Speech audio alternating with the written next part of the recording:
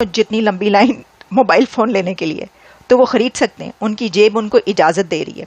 इससे पता चलता है कि एक कंट्री कितना खुशहाल है और कितना प्रॉस्पेरस हो रहा है और उसके लोगों की बाइंग पावर क्या। नाज़रीन, मैं बात करूंगी हमारे हमसाये मुल्क भारत के हवाले से। जब यूरोपियन यूनियन ने अपने 18वें प्रतिबंध पैकेज में रूस से तेल सौदों को लेकर भारत की नायरा एनर्जी को निशाना बनाया, तो उन्हें लगा होगा कि भारत झुक जाएगा, पर नहीं। भारत ने तो सीधे डील ही तोड़ दी और ऐसी शर्त रख दी कि पहले पैसे दो, फिर माल मिलेगा, कोई जहाज नहीं निकलेगा। और इस वक्त भारत दुनिया की चौथी बड़ी मईशत है। उसके पास तकरीबन 690 अरब डॉलर्स के ज़रिए मुबादला के ज़खायर हैं। और उन्होंने इंडिया की सबसे बड़ी energy company Nayara energy company जो है उस पे बैन लगा दिया। हालांकि वो कोलैबोरेशन में चल रही थी रशिया के साथ। क्या कहना चाहती हैं? हिट तो किया है उन्होंने, क्या रिटेलिएट बैक करेगा इंडिया? अब आप जो कोई भी आपको शिपमेंट चाहिए, वो शिपमेंट आप पहले एडवांस पैसे दोगे तब मिलेगा। एक यूके का जहाज खड़ा हुआ था, उसको वापस कर दिया। सिर्फ 7 दिनों के अंदर यूरोप को ये एहसास हो गया कि ये अब 1947 वाला भारत नहीं, बल्कि 2025 का एक नया मजबूत और आत्मनिर्भर देश है। जयशंकर जो हैं, आप जैसे मैंने कहा कि मोदी गवर्नमेंट के खाली फॉरेन मिनिस्टर की बात नहीं है, वो with in the diplomatic circle भी उनको बहुत बड़ा हॉक समझा जाता है। With in the Modi government भी उनको बहुत ज्यादा एंटी पाकिस्तान समझा जाता है। और जिस तरह मैंने आपको बताया, वो आना ही नहीं चाह रहे थे पाकिस्तान। स्टाइल देख रहे हैं, भारतीय रिफाइनर्स की स्टाइल देख रहे हैं। इस्लामाबाद के इलाके तरनौल में फूड अथॉरिटी का छापा, 25 मन गधे का गोश्त बरामद हुआ है। देखिए, आपने जिस ऑयल कंपनी का नाम लिया है, ये ऑयल कंपनी गुजरात में है और ये सबसे बड़ी ऑयल रिफाइनिंग कंपनी है इंडिया के अंदर अगर देखा जाए तो। क्योंकि भारत की रिफाइनरियां अब सिर्फ यूरोप पर निर्भर नहीं हैं। अब हमारा डीजल और पेट्रोल अफ्रीका और एशिया के नए बाजारों में जा रहा है। बड़ा एक सख्त कंपटीशन है कि कौन ज्यादा आगे दिखाई देता है। अब एक हकीकत बड़ी खुलकर जो सामने आ गई है कि तो अगर उसने ट्रेड करनी है रशिया के साथ, तो वो एक खुले दिल से, एक तगड़े जिगरे से वो कहेगा कि मैंने करना है, आपने मेरे ऊपर सैंक्शन लगानी है, लगाएं, मैं आपके ऊपर सैंक्शन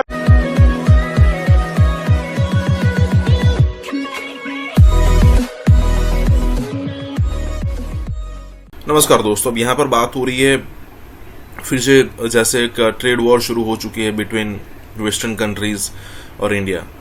अब भारत की जो सबसे बड़ी जो कंपनी थी नायरा, उसको यहाँ पर टारगेट किया गया।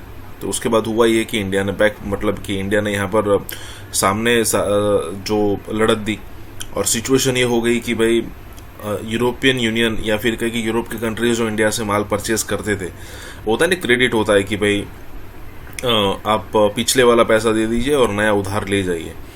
अब इस टाइप का कोई समझौता रहा होगा, इंडिया ने वो तोड़ दिया और इंडिया ने बहुत सीधे तौर पर बोल दिया कि भाई अगर आपको कुछ लेना है तो पैसे लेकर आइए, अदरवाइज यहाँ से आपको खाली वापस जाना पड़ेगा। और उनको भेजा भी वापस। कहने का मतलब ये है कि आए दिन ये जो कंट्रीज है ना, इंडिया को टेस्ट करते रहते हैं कि भाई लीडरशिप कैसी है, या फिर वही लीडरशिप चल रही है तो अभी उसका स्टांस क्या है। अगर मान लीजिए कि इंटरनली हम वीक पड़े होते तो हमें ये चीज़ माननी पड़ती, या फिर वो ऐसा अज्यूम करके चलते कि भाई अब तो उनको मानना ही पड़ेगा। इसी के साथ ये वीडियो शुरू करते हैं। और हाँ दोस्तों, सुपर थैंक्स के जरिए हमारी मदद जरूर करें। अब आप जो कोई भी आपको शिपमेंट चाहिए, वो शिपमेंट आप पहले एडवांस पैसे दोगे तब मिलेगा। एक यूके का जहाज खड़ा हुआ था चार्टर्ड, उसको वापस कर दिया। देख रहे हैं आप, स्टाइल देख रहे हैं, भारतीय रिफाइनर्स की स्टाइल देख रहे हैं। साथ में आपके इधर एचपी ने और आईओसी ने, हिंदुस्तान पेट्रोलियम और इंडियन ऑयल कॉरपोरेशन ने रशियन क्रूड ऑयल और भी ज्यादा खरीदना आरंभ कर दिया। नायरा ने कहा कि हमारे पास बहुत क्लाइंट्स हैं, हमारे पास अफ्रीका में और एशिया में बहुत सारे क्लाइंट्स हैं। अब हम ये जो हमने ये रोका है यूके का, इसको हम यूएई डाइवर्ट कर रहे हैं। हमको यूएई डाइवर्ट कर दिया, यूएई शिपमेंट कर दिया। आपको जानकर आश्चर्य होगा कि यूएई के पास पर्याप्त रिफाइनिंग कैपेसिटी नहीं है। वहां से क्रूड यहाँ आता है और रिफाइन होके वापस यूएई जाता है। तो यूएई का बढ़ा दिया और कहा कि हाँ भाई, उधर अफ्रीका वाले भी मांग रहे हैं, हम अफ्रीका वालों के साथ कॉन्ट्रैक्ट कर लेते हैं, आप ऐसा करो, इसको तुरंत कैंसिल कर दो। सारे के सारे कॉन्ट्रैक्ट जितने भी हैं किए हुए, उनको तुरंत कैंसिल कर दो। अब इनके हलक में आ गई भाई लोगों के कि नहीं नहीं नहीं नहीं नहीं तुरंत तो कैंसिल नहीं कर सकते, ऐसा मत कीजिए। नहीं, ये नाटक करने की जरूरत है नहीं। 1 जनवरी क्यों करना है? आप तो अभी से करो तुरंत। ये झगड़ा चल रहा है, वो कह रहे नहीं हम 1 जनवरी से हमने सैंक्शंस लगाए, नहीं, आप तो तुरंत सैंक्शन लगाओ। हम आपको 1 बूंद तेल अब सप्लाई नहीं करेंगे। यानी कि यूरोप ने क्या सोचा, होशियारी देखिए। यूरोप ने सोचा कि यार सबसे ज्यादा जरूरत कब आती है इनको? सबसे ज्यादा जरूरत आती है सर्दी के मौसम में। तो सर्दी का मौसम निकल जाने दो, सर्दी के मौसम तक तो है जो इनके सारा हीटिंग ऑयल वगैरह जितना भी है उसको हम यूज कर लेंगे, और बाद में ये वैसे भी ये रास्ते पे आ जाएंगे, कुछ करेंगे कुछ नहीं करेंगे, कुछ नहीं। रोसनेफ्ट और नयारा मिलके और भी एक्टिव हो गए। जैसे मैंने बताया 70,000 करोड़ का पूरा जो है वो इन्वेस्टमेंट प्लान कर लिया, डाइवर्सिफाई कर लिया, क्योंकि यूरोप को हम 1 बूंद बेचेंगे ही नहीं। देख रहे हैं ना, देख रहे हो ना विनोद, ये जो नया भारत है ये तो बहुत तेजी से रिएक्ट करता है। अगर उसने ट्रेड करनी है रशिया के साथ तो वो एक खुले दिल से, एक तगड़े जिगरे से वो कहेगा कि मैंने करना है, आपने मेरे ऊपर सैंक्शन लगानी है लगाएं, मैं आपके ऊपर सैंक्शन लगाता हूँ। जाहिर सी बात है, आपको क्या लगता है कि ताली कभी भी एक हाथ से नहीं बजती है, दोनों हाथों से बजती है। आप पंगा लोगे अगले वाला तो दोनों हाथों से लगाएगा। वो दोनों हाथों से इधर आउट उसका ये वाला ही काम होगा। सो मुझे नहीं लगता कि यूरोपियन यूनियन, हमने अभी रिसेंटली आपने देखा होगा कि राजस्थान के अंदर उनके रेयर अर्थ एलिमेंट्स मिले हैं और वो उसको भी यूटिलाइज करने वाले हैं। अब चाइना की धमकियां भी खत्म होने वाली हैं। चाइना जो वेपनाइज बना रहे हैं, हाँ एग्जैक्टली, जो चाइना वेपनाइज करके बैठा हुआ था कि भाई हम इतना एक्सपोर्ट करते हैं इंडिया को, अब हम नहीं करेंगे। तो यहाँ पर मुझे नहीं लगता कि कहते हैं ना कि एक अच्छा दोस्त इंडिया के पास है, दैट इज रशिया। बाकी 1000 दुश्मन भी उसके खड़े होना, उसको पता है मैंने स्टैंड कैसे लेना है। बड़ी इकोनॉमी, हाँ एग्जैक्टली, मैंने स्टेबल कैसे करना है। एलन मस्क बाज आया नहीं आया, उसने टेस्ला लॉन्च कर दी भाई, उसका शोरूम बना दिया मुंबई के अंदर।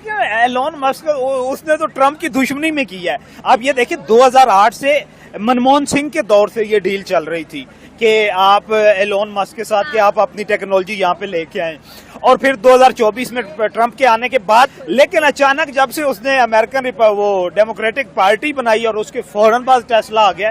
ये तो मेरे ख्याल में कैच मिला है उसकी डोनाल्ड ट्रम्प की मुखालफत में, इसलिए एलोन मस्क लेके आया। या अमेरिका की या ये इंडिया की सक्सेस है, ये डिप्लोमेटिक सक्सेस। देखिए वो कहते हैं ना कि एक बंदा हो जिसका कुब निकला और वो सीधा ना आ रहा हो, तो आप उसको टांग मारो एट द राइट मोमेंट, उसका कुब भी सीधा हो जाता है। तो इंडिया के साथ बिल्कुल यही हुआ है। इतनी कोशिशें की नरेंद्र मोदी ने, बट एटलीस्ट ट्रम्प ने खुद ही मौका दे दिया कि भाई जाओ, तुम मेरी तरफ से फ्री हो और जा करना, तुम इंडिया में बैठो, वहाँ की इकोनॉमी बूस्ट करो, वहाँ के लोगों को हेल्प आउट करो, ये सारा कुछ। उसने तो आईफोन को भी बोला था उठाओ इंडस्ट्रीज यहाँ से वापिस आओ। उन्होंने कहा कि sorry there is a big market, वो बड़ी मछली है, हम उसको नहीं छोड़ सकते हैं। और लेबर सस्ती है और अमेरिका के एग्जैक्टली। आप ये चीजें देखें ना कि जहाँ पर आपको बेनिफिट है वो कौन है, वो इंडिया है। वो यहाँ तो नहीं कहेगा कि भाई ठीक है मैं यहाँ पर अपनी इंडस्ट्री लगाता हूँ, यहाँ पर सारा कुछ करता हूँ। सो आई थिंक सो कि they are working very smart, Indians they are working very smart.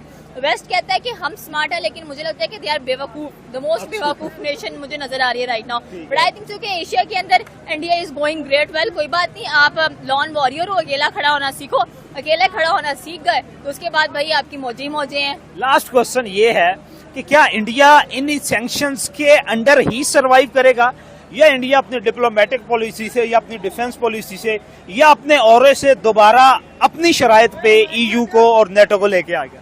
देखिए नेटो आ जाए और चाहे अमेरिका ट्रम्प आ जाए, चाहे जो मर्जी आ जाए, इंडिया को पता है कि मैंने अभी उसने कहा मैं 500 टैरिफ लगाऊंगा, फिर कहता मैं 100 टैरिफ लगाऊंगा, करते कराते कहाँ गया 500 टैरिफ, कहाँ गया 100 टैरिफ।